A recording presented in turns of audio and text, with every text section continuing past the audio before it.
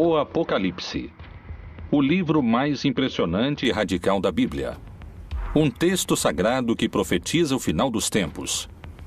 Que segredos se escondem entre suas páginas? Quanto tempo de vida resta à espécie humana? A história tem um rumo, e esse final é iminente, porque já estamos na etapa da última dessas figuras. Ou seja, o fim da história já está próximo. Porque muitos mencionam que existe um lugar onde seus habitantes poderiam se salvar. Segundo vários especialistas, dos 7 selos que compõem o Apocalipse, 5 já foram abertos, e agora o 6º está prestes a se abrir, o que trará a destruição de grande parte da população mundial. O caso está aí, mas há 7 selos. Quem nos dirá o que vai acontecer? E todos choram. Mateus está sugerindo a possibilidade de que não haja tanto medo no final dos tempos. Um grupo de cientistas detectou na natureza novos sinais que anunciariam um desastre natural com um poder destrutivo capaz de provocar a extinção da espécie humana. O mundo acaba para dar lugar a outro mundo novo. Desde o princípio dos tempos, há relatos bíblicos em que Deus ameaça com destruição total. A Torre de Babel, as estátuas de sal, o dilúvio universal e depois, a mais aterrorizante de todas, o juízo final. A história tem que terminar para dar início a um mundo novo. O Apocalipse, o começo do fim.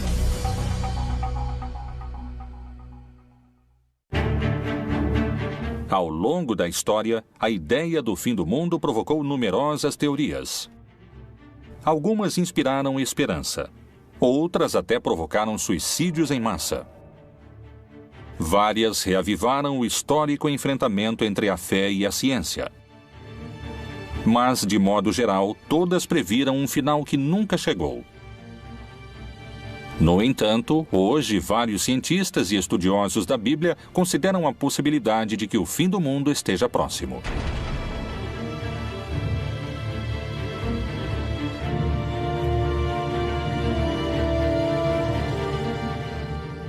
A grande quantidade de informações e o acesso imediato que temos aos fatos que acontecem no mundo nos levam a crer que são signos e sinais de que a profecia realmente está se cumprindo. Qual é a informação secreta contida no livro mais impressionante da Bíblia e que acaba de ser revelada? Talvez algumas respostas se encontrem no contexto em que o Apocalipse foi escrito. Palestina, ano 90. Pouco depois da morte de Jesus Cristo, os seguidores de sua mensagem cresciam em número no Império Romano. Mas, nessas terras, a ideia do Messias era sinônimo de rebelião política. O apóstolo João era uma figura-chave para os romanos. Ele descreve um império corrupto, assassino, perseguidor, que se opõe a essa verdade messiânica que eles interpretam. Então, ele vê esse mundo em estado de destruição. O livro do Apocalipse é uma fórmula literária em que, de alguma maneira, aqueles que o escreveram tentaram dar certa esperança às pessoas que estavam sofrendo uma perseguição. O autor do livro do Apocalipse se apresenta como um desterrado na ilha de Patmos e é geralmente identificado como o apóstolo João. O Império Romano concedeu a João um destino mais benévolo que ao resto dos seguidores de Cristo. Ele foi exilado na ilha de Patmos. Lá, ele teve as supostas revelações divinas que plasmou naquele que se tornaria o livro mais controvertido da Bíblia, o Apocalipse. O livro do Apocalipse foi escrito pela Igreja no último momento do Novo Testamento, por volta do ano 100, e significa a revelação. Através de visões proféticas, o livro parece prever a destruição do mundo de maneira progressiva até o retorno de Jesus, que regressará para julgar toda a humanidade e salvar os cristãos. A estrutura do texto é complexa. Contém etapas distintas, marcadas por 7 selos, 7 trombetas e 7 taças. A ideia da trombeta como aquilo que anuncia, a ideia da taça como aquilo que contém, que sustenta algo, que se derrama, a ideia dos selos como aquilo que, de algum modo, dá certificação.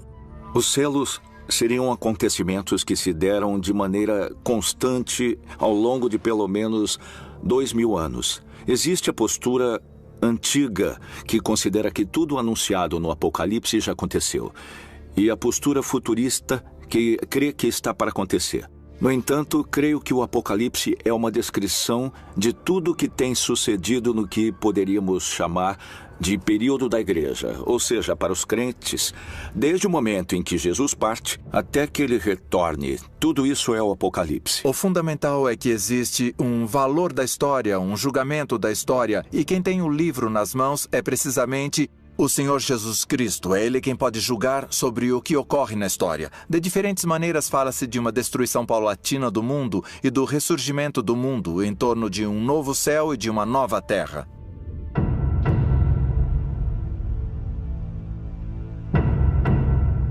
Até hoje, esse texto complexo tem suscitado todo tipo de interpretações.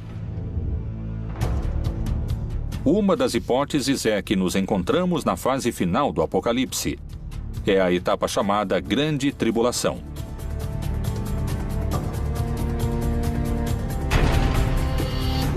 Esse período se caracteriza por um dado central: um personagem que chega depois de aberto o primeiro selo.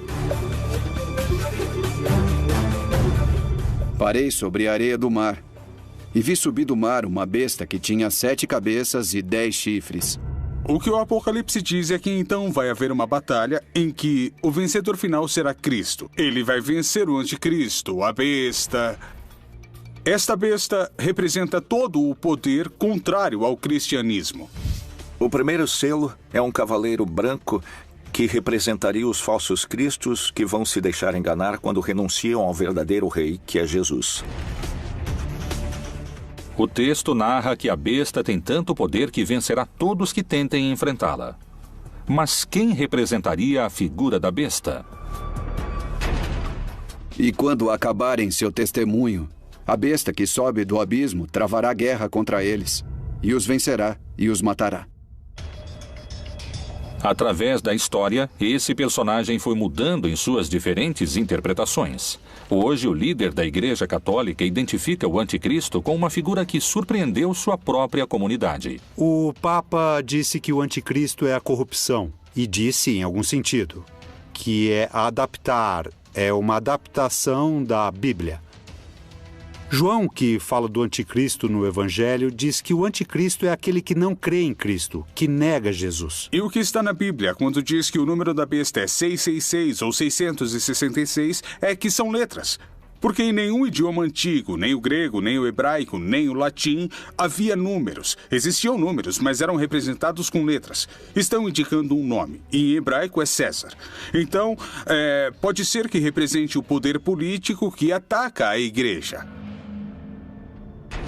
A condenação dos corruptos pelo chefe máximo da igreja causou impacto ao expor a figura do anticristo. O diabo é uma configuração que pode ter expressões muito claras em personagens nefastos da humanidade, como Hitler, como Videla, como Pinochet ou uma pessoa como Stalin. Pessoas horríveis da humanidade, mas não sei se o diabo se encarnou nelas. Eu acredito que eles foram expoentes da maldade, que seria atributo do diabo. Mas creio que nos equivocamos e que o pior da maldade é exercida por seres humanos. Por trás de tudo isso, há homens e mulheres que a exercem. Então, aí, podemos identificar os anticristos que existem nesse sentido. Segundo a tradição cristã, se acreditamos no anticristo na Terra, poderíamos afirmar que o primeiro selo já foi aberto.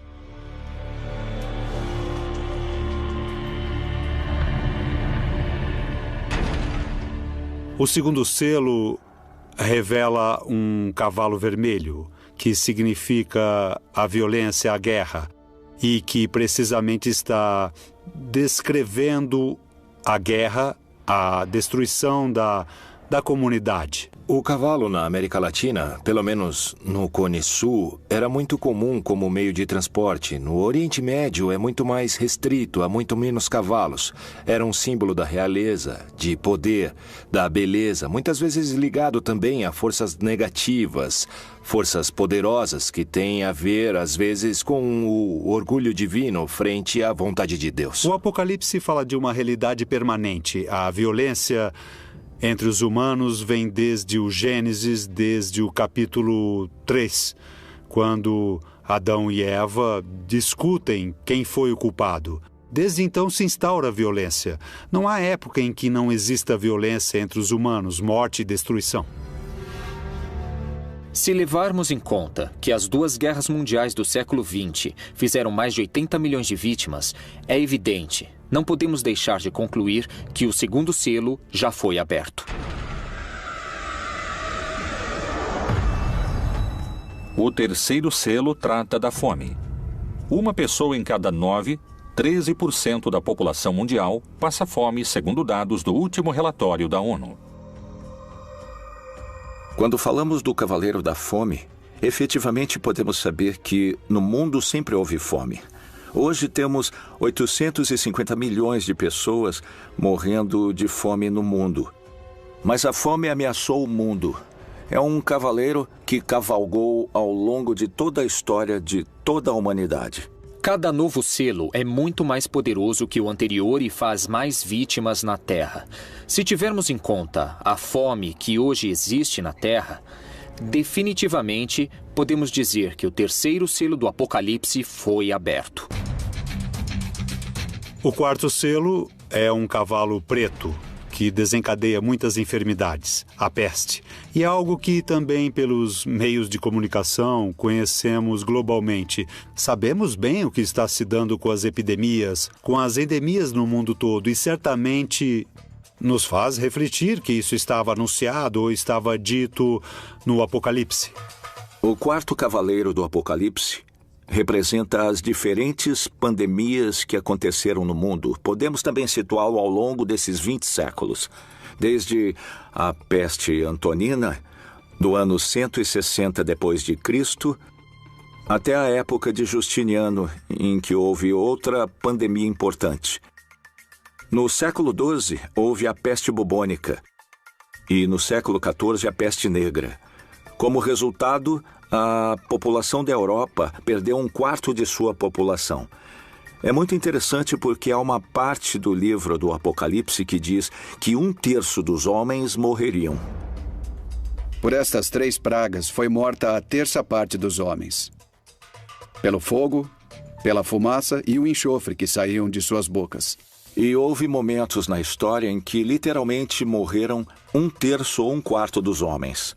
E na nossa época, já no século XXI, estamos diante do H1N1 ou diante da epidemia da AIDS, ou o risco de uma guerra bacteriológica. Tudo isso tornaria perfeitamente textual uma praga como o quarto cavaleiro do Apocalipse. Alguns especialistas afirmam que todas essas doenças são sinais de que o quarto selo já poderia estar aberto.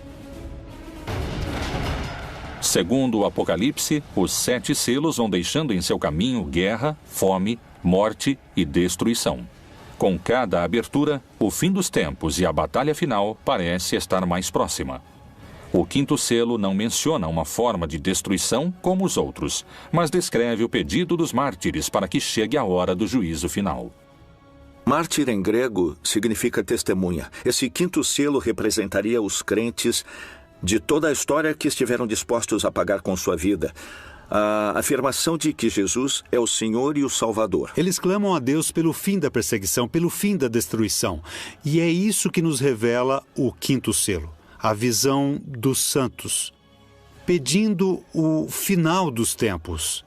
No entanto, a resposta é o que há de mais tremendo no Apocalipse, o mais difícil de aceitar e acreditar. Há que se cumprir o número. Eles devem ter paciência, porque a destruição vai continuar, ninguém sabe quanto tempo. Mas o cristão precisa confiar que Deus sabe quando e como vai terminar. Segundo algumas interpretações, os infortúnios mencionados nos primeiros selos, a fome, as guerras e as doenças, já aconteceram. E, pelo contrário, os fatos prenunciados pelo sexto selo, o mais temível e dramático de todos os narrados no livro do Apocalipse, estaria por acontecer. E, para muitos, suas consequências são impossíveis de conter. Quais são essas catástrofes? De que tempos estamos falando? Há alguma possibilidade de deter essa contagem regressiva?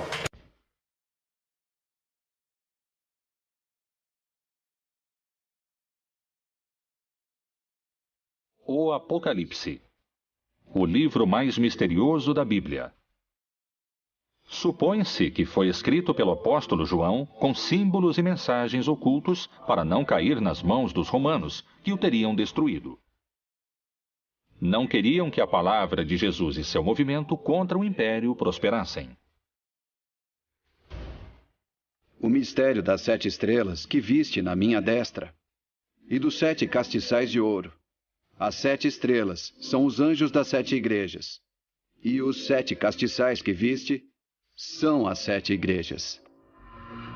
Quando João, no Apocalipse, fala das 7 taças, das 7 igrejas, das 7 luzes, está falando de tudo relacionado com os últimos tempos e está falando numa linguagem apocalíptica. A linguagem apocalíptica não tem nada de literal. Não se pode ler exatamente como está lá. É eufemística. Então, deve-se interpretá-la como sinais de difícil compreensão, como uma linguagem deliberadamente crítica. O número 7 representa um ciclo, assim como a semana. Se falamos das 7 igrejas ou dos 7 anjos. Mas também pode ter aspecto negativo se falamos do dragão, que é o diabo com 7 cabeças, ou da grande Babilônia, que está sentada sobre 7 montes. João visualizou bestas, monstros e enormes catástrofes naturais que destruiriam o mundo. No entanto, também descreveu um lugar que será salvo. E eu, João, vi a santa cidade, a nova Jerusalém, que de Deus descia do céu, adereçada, como uma esposa ataviada para o seu marido. Portanto, a chave para entender o Apocalipse é ver na Nova Jerusalém o novo povo de Deus. Diz que é dourado ou que é de ouro, porque o ouro no Apocalipse representa o caráter de Deus. Os crentes no final estarão tão cheios de amor, uns pelos outros, tão cheios de amor a Deus, que isso é descrito como uma cidade dourada. O Apocalipse fala de uma nova Jerusalém. Quando o Apocalipse foi escrito, ou pelo menos quando foi editado, a cidade de Jerusalém já havia sido destruída. Estava em ruínas. Quem são esses eleitos mencionados no texto sagrado? Como é o povo que se salvaria do fim anunciado pelo Apocalipse? Poderia existir no mundo um lugar com essas características? Michoacán, México. A quase 700 quilômetros ao sul do Distrito Federal, na chamada Terra Quente do estado, encontra-se Nova Jerusalém. Essa localidade é ao mesmo tempo uma cidade e uma comunidade religiosa. Seus habitantes têm uma interpretação particular do Apocalipse.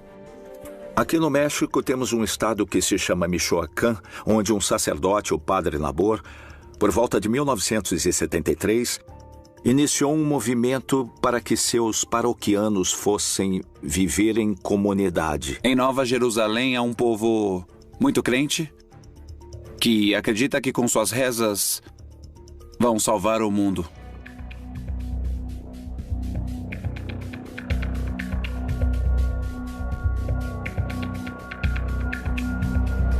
Nessa cidade nos disseram que o mundo vai acabar e que só vão se salvar aqueles que têm fé em Deus e os que rezam, os que se ajoelham e pagam o dízimo, os que se humilham, os que ficam de joelhos diante do tirano, que é o que sempre nos disseram. Como começou essa ideologia que hoje define a vida cotidiana de cerca de 2.500 pessoas?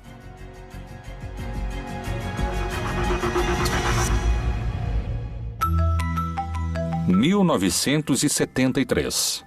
Gabina Sanches, uma camponesa de Peruarã, trabalhava em um campo como todos os dias. Mas esse não era um dia comum. Aconteceria algo que marcaria o destino de toda uma cidade. Em 9 de junho, de manhã, dizem que a Virgem apareceu para uma senhora dentro desse espaço em que hoje está situada em Nova Jerusalém. E que lhe deu uma mensagem. A mensagem era que ela dissesse ao mundo para fazer penitência e que tivessem fé no Santo Rosário, porque o mundo estava perdido, que a humanidade estava perdida, até aquele momento. A construção da cidade aconteceu com a fé na aparição da Virgem. E depois começaram a vir, primeiramente, os habitantes vizinhos daqui. E nessas peregrinações, alguns resolveram morar aqui.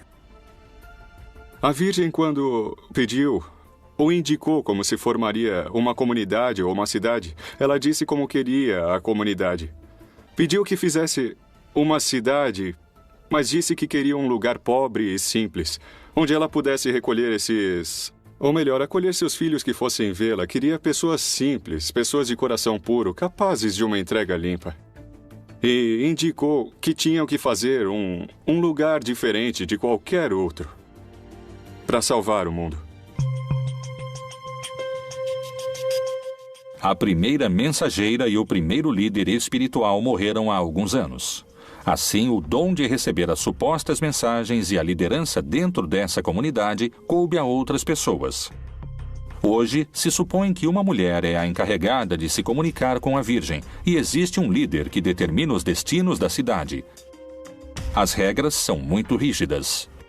Nós somos fiéis à Virgem do Rosário. Acreditamos nela, acreditamos na sua aparição, acreditamos na maior parte das mensagens que transmitiu do ano de 73 ao ano de 81. A devoção a ela se dá em primeiro lugar com o Rosário. Rezar o Rosário, levá-lo consigo, é dessa maneira que se dá essa devoção. As condutas proibidas em Nova Jerusalém são, basicamente, não usar tecnologia, como telefones celulares, internet, redes sociais. Em termos de roupas, para as mulheres, não usar decotes nem minissaias. E rezar diariamente, 2 vezes por dia, 3 vezes por dia, pagar o dízimo. Está proibido o namoro, está proibido a educação laica, está proibido o futebol. Ou seja, basicamente as crianças não têm nenhum tipo de distração e passam o dia inteiro rezando. Desde os primeiros séculos e na Idade Média houve grupos que trataram de fundar comunidades onde se estabelecesse a Nova Jerusalém. E especialmente quando a América foi descoberta, vários grupos puritanos, incluindo alguns seguidores de Colombo e o próprio Colombo em seu livro de profecias, achavam que haviam chegado a um lugar onde a Nova Jerusalém seria estabelecida. Então a Nova Jerusalém, em vários lugares da América Latina, representa a Nova Israel, ou seja, os crentes judeus e não judeus do mundo todo, que no final dos tempos serão um conjunto de seres humanos que adquiriram um caráter parecido ao de Deus e, portanto, é representada com ouro como uma cidade resplandecente, porque sua natureza é uma natureza sublime. Poderia a cidade Nova Jerusalém ser o único lugar isento da destruição global do Apocalipse anunciada no 6º selo? Talvez só o tempo tenha a resposta. E quais são os desastres descritos no 6º selo do Apocalipse? Fala de cataclismos e de fenômenos naturais, que também são destrutivos para a comunidade perseguida, mas que refletem de modo mais direto que é Deus quem controla a história, porque é Ele que, nesse caso, desencadeia os fenômenos naturais. Nos 4 primeiros cavaleiros, quem os desencadeia são os inimigos, mas nesse caso é Deus mesmo quem controla a natureza. Em toda a Terra vai haver um grande terremoto que dará origem ao começo desse cataclismo apocalíptico que marcará a diferença entre o fim dessa época, ou éon, e o novo éon, ou a vida eterna. Uma das teorias sobre Nova Jerusalém indicaria que essa comunidade também seria protegida desse último selo. Ela tem características geológicas em seu subterrâneo, onde se juntam placas de cobre, ferro e metais, que tornam a terra mais forte para resistir a um tremor. Possíveis coincidências se ocultam entre os textos do Apocalipse. Será a natureza quem definirá o final dos tempos? Que segredos se escondem entre suas páginas em relação a terremotos e vulcões? A interpretação de vários estudiosos da Bíblia sugere um cenário dramático na etapa mais destrutiva, que profetiza uma devastação planetária. O que é o Anel de Fogo? Por que alguns cientistas afirmam que nele poderia se desencadear uma destruição maciça e que coincide com a descrição do sexto selo? O significado do Anel de Fogo, que basicamente rodeia todas as costas pacíficas do Oceano Pacífico, é a colisão das placas. Nessas zonas de colisão de placas continentais e placas oceânicas ocorrem fenômenos vulcânicos e sísmicos. Isso coincide basicamente com o Cinturão de Fogo, o Anel de Fogo do Pacífico. De que modo estão mencionadas no livro do Apocalipse as consequências do sexto selo? Mas quanto aos covardes, aos incrédulos, aos abomináveis e aos homicidas, e aos que se prostituem, e aos feiticeiros, e aos idólatras, e a todos os mentirosos, a sua parte será no lago que arde com fogo e enxofre, o que é a segunda morte. Do ponto de vista geológico e astronômico, os fenômenos são basicamente a extinção do Sol. O Sol vai passar a ser um gigante vermelho, aumentará significativamente de volume e absorverá nesse crescimento tanto Mercúrio quanto Marte. A proximidade do Sol fará com que o planeta se aqueça muitíssimo e, nesse momento, desaparecerá a vida. E havendo aberto o sexto selo, olhei, e eis que houve um grande tremor de terra. Quando se abre o sexto selo do Apocalipse, ocorrem os terremotos. Aqui, a palavra é literal. Não existe outra definição, nem explicação, nem nenhum tipo de erro de tradução. O reaquecimento poderia estar simbolizado pelo fogo, mas parece que esse não é o único desastre natural possível. A mensagem da Virgem de Nova Jerusalém anuncia que o final também poderá chegar através de grandes terremotos. Qual é a visão dos cientistas? Tal como o Anel de Fogo, também existe um risco maior de terremotos na América Latina? Equador, 31 de janeiro de 1906. Magnitude 8.8. Chile, 22 de maio de 1960. Magnitude 9.5. Foi o terremoto mais violento de que se tem registro. 4.000 pessoas morreram e cerca de 2 milhões perderam seu lar. México, 19 de setembro de 1985. Magnitude 8.1. Mortos, 20.000. Haiti, 12 de janeiro de 2010. Magnitude 8.0. 220.000 pessoas morreram. Os pontos do mundo com maior atividade sísmica são os que se encontram próximos de alguma falha, que é a união entre duas placas tectônicas.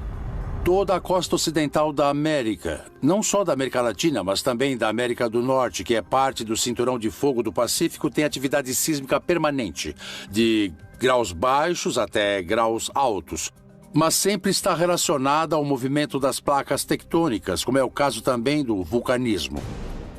Porque se levantará nação contra nação e reino contra reino. E haverá terremotos em diversos lugares, e haverá fome e tribulações. Estas coisas são os princípios das dores. O aumento da grande quantidade de terremotos que vem acontecendo desde 2009 é um fenômeno que a ciência investiga e para o qual ainda não pôde dar uma verdadeira explicação. Os textos messiânicos ou apocalípticos podem ser lidos de várias formas, e sempre em cada geração há os que dizem que está para acontecer, porque isso faz alusão a Obama, faz alusão a Putin, faz alusão à crise econômica, e isso fala de tal guerra, ou seja, sempre houve pessoas que tentaram interpretar os textos e focalizá-los.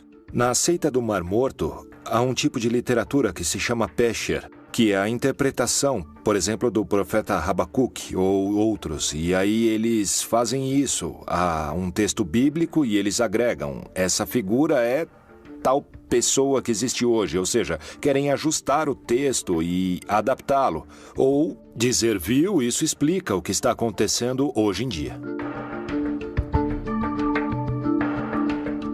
No início do século XX, começaram a surgir os primeiros sismógrafos e assim começamos a ter um registro mais exato da atividade sísmica até o presente, com melhores equipamentos e uma maior quantidade de equipamentos para registrar a atividade sísmica. E assim podemos verificar com maior precisão todos os sismos que ocorrem no planeta.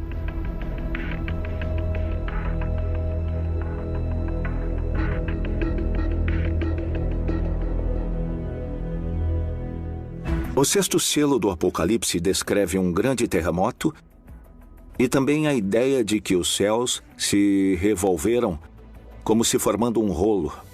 Agora, é claro, toda a descrição desse selo é feita com as palavras da cosmogonia antiga. Os mais céticos afirmam que faltam muitos anos para o fim do mundo. Esse é um fenômeno que não ocorrerá em menos de 4 a 5 bilhões de anos. Para outros, a destruição global através de vulcões e terremotos é iminente. A essência desses símbolos continua sendo vigente, na ideia de que a história tem de terminar para dar início a um mundo novo. Vários intérpretes concordam com a análise de alguns cientistas. Vivemos em tempos apocalípticos e o fim do mundo pode começar a qualquer momento. Vamos assistir a um final do mundo dos tempos bastante forte e muito caótico. O sol, a lua, as estrelas vão cair. E Jesus irá se estabelecer na terra e vai separar os que o seguiram dos que não o seguiram. Qual é a evidência que confirmaria o possível retorno de Jesus antes do fim dos tempos? Talvez a resposta se encontre em outros livros da Bíblia.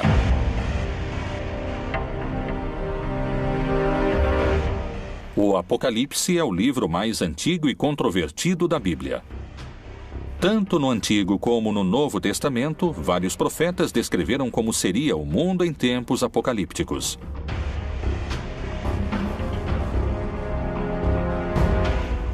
E este evangelho do reino será pregado em todo o mundo, em testemunho a todas as nações. E então virá o fim. No Evangelho de Mateus, nos capítulos 24 e 25, utiliza-se essa expressão literária para falar do final dos tempos, mas utilizando o personagem de Jesus. Mas o interessante do Apocalipse é que matam os que não creem, os que não seguem Jesus, os que não foram fiéis a Jesus. O povo cristão não deveria ter medo de ler o Apocalipse, porque é para aqueles que não foram fiéis a Jesus. Se eu fui fiel a Jesus, estarei do lado daqueles que irão se salvar. Muitos correrão de uma parte para outra, e a ciência se multiplicará. Daniel também faz parte desse mesmo gênero literário. Escreveu alguns de seus fragmentos e de maneira apocalíptica. E também aqui podemos reconhecer esse aceleramento dos processos humanos, dos processos históricos, que de fato na época em que Daniel escreveu não se podia imaginar a quantidade de conhecimento acumulado, as possibilidades tecnológicas acumuladas e também os recursos humanos acumulados. E simultaneamente a isso, o desgaste do planeta, o desgaste das relações humanas, a quantidade de habitantes, tudo isso evidentemente influi e estamos num tempo de aceleração e isso é indiscutível. A cada minuto somam-se cerca de 2.000 páginas ao conhecimento científico do homem, e uma pessoa precisaria de 5 anos para ler todo o material que é produzido a cada 24 horas. Temos carros que chegam a 350 km por hora e aviões que ultrapassam a velocidade do som. Um ritmo de vida incomparável ao que se levava há 2.000 anos. As visões no livro de Daniel estão entre os grandes mistérios apocalípticos. São símbolos de que a sociedade humana em sua história chegará a um ponto tão instável que ela própria vai desmoronar. Tudo isso está simbolizado por um cataclismo como acontece em toda a literatura apocalíptica. O julgamento da história é um elemento no qual crê o cristianismo. Nós o chamamos de parúsia. É a vinda do Senhor Jesus no final dos tempos como juiz da história e da vida de todos os seres humanos. É verdade que nosso momento histórico tem uma peculiar consciência da decadência da história humana. Entendemos o que é o fim do cosmo, também imaginado do ponto de vista físico. Podemos falar dessa expansão do universo que tende a um esfriamento global, não um aquecimento global do planeta, porém mais amplamente. E podemos imaginar, sabemos que a Terra, nosso lugar onde desenvolvemos a história, é decadente. Havia 3 visões básicas do fim da história. Uma visão que se chama utópica, que chegará ao fim dos tempos e o cordeiro viverá com o lobo, e a criança brincará com a serpente, e a destruição cessará, ou seja, uma visão idílica da paz universal. A outra visão é restaurativa. Então é uma ideia segundo a qual a época messiânica é a restauração do reino de Davi, ou seu equivalente. Ou seja, uma época em que Israel viverá em paz com seu próprio estado, um estado poderoso. A terceira visão é que é uma visão catastrófica. Crê que antes do final da história e da paz, haverá uma época terrível de guerras, de lutas, que tem um valor simbólico no mundo ocidental, o Armagedon, que usa como término da luta final. Mas em hebraico é Ar-Megido, o Monte Megido, um lugar que fica ao norte de Israel. Pode-se estar no meio do Armagedon e ver esse lugar, que é uma cidade que teve uma grande história na época bíblica, a cidade de Megido. Então, nessa visão, antes que venha o bem e a paz, haverá uma época terrível de sofrimento, de guerra, de lutas. Além da referência precisa no 6º selo, há outra citação bíblica que menciona luas de sangue como um sinal do fim. O sol se converterá em trevas e a lua em sangue, antes de chegar o grande e glorioso dia do Senhor. Lucas, no livro dos Atos dos Apóstolos, fala de uma lua vermelha. No entanto, se refere ao Antigo Testamento, algo que está anunciado no Antigo Testamento. Pois em muitos livros do Antigo Testamento fala-se do fim, sobretudo da vingança de Deus ou do dia de Yahvé, em termos apocalípticos. E esse gênero literário utiliza imagens cósmicas tremendistas. Sem dúvida, cria uma imagem que havia no Antigo Testamento para simbolizar algo catastrófico, uma intervenção de Deus especial. Alguns se baseiam em dados científicos. Outros na fé e em sua própria interpretação desses textos sagrados. Muitos afirmam que estamos a caminho de abrir o 7º selo e que começou a contagem regressiva. O que ninguém sabe é se o mundo acabará em milhares de anos ou em poucos minutos.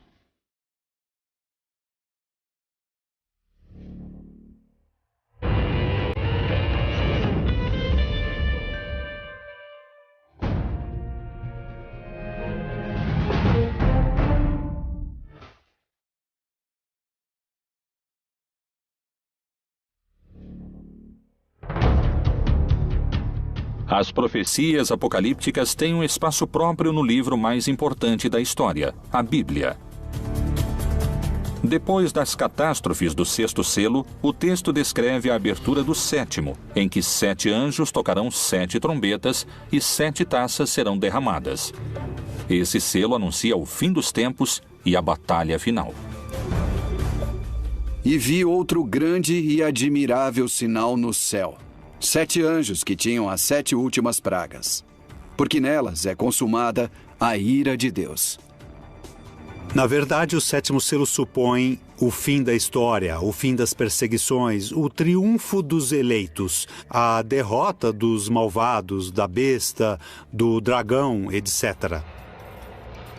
O Apocalipse também mostrou ao longo de todo o texto que quem comanda a história é Deus, que ele inclusive permite aos maus e aos cataclismos atingirem os eleitos. E finalmente o sétimo selo revela o triunfo divino, a instauração do reino de Deus no mundo. O dia final será precedido de uma batalha entre um anticristo e Deus ou o bem. O que o texto está dizendo é que há um momento final da história em que o bem vence, e vence de uma maneira definitiva, e que Jesus, que venceu a morte, voltará numa manifestação gloriosa. Isso se chama parúzia, a segunda vinda de Jesus. É um dia de júbilo, de vitória para aqueles que creem em Jesus. O texto diz que esses horrores vão terminar e que haverá um juízo final no qual serão castigados todos os opressores, ou seja, todos aqueles que nos fazem sofrer e que finalmente serão castigados porque finalmente triunfará a libertação.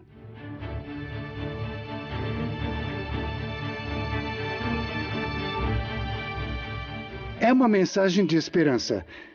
Mais tarde, a igreja transmitiu isso como se fosse uma revelação sobre o que vai acontecer depois da morte, que haverá um juízo final sobre todos, ok? Então isso já é uma interpretação feita pela igreja que faz parte do seu projeto de dominação.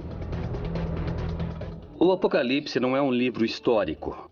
Não é um livro do futuro, não é como uma bola de cristal que revela o futuro.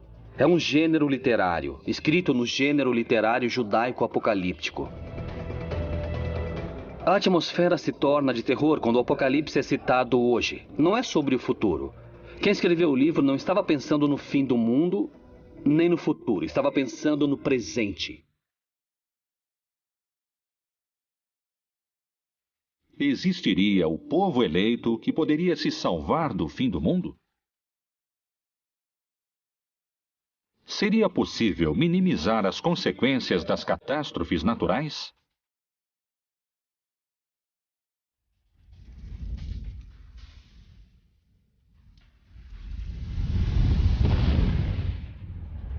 Se as interpretações recentes estiverem corretas, estaríamos em contagem regressiva? Seria preciso um milagre para nos salvar? O Apocalipse seria o melhor roteiro de um filme de ficção ou a advertência de um final anunciado? Só o tempo trará essas respostas.